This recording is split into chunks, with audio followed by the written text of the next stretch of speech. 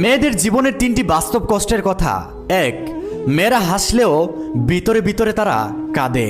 অনেক মেয়ে আছে পরিবারের জন্য সবসময় হাসে, কিন্তু ভিতরে অনেক কষ্ট লুকানো থাকে যা কাউকে কখনোই বলে না। দুই, মেয়েরা সবার জন্য সুখ শান্তি ত্যাগ করেও তারা কখনো কদর পায় না। বাড়ির কাজ, পরিবার, সব জায়গায় মেয়েদেরকে অনেক কিছুই ত্যাগ করতে হয়, ছেড়ে দিতে হয়। সবাই এটা ধরেই নেয় কাজ করা, ত্যাগ করা মেয়েদের দায়িত্ব।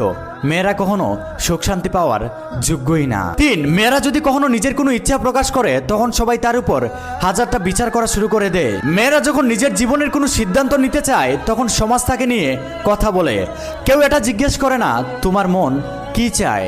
এটাই হলো মেয়েদের জীবন। মেয়েদের দুঃখ সুখ কেউ বোঝার চেষ্টা করে না।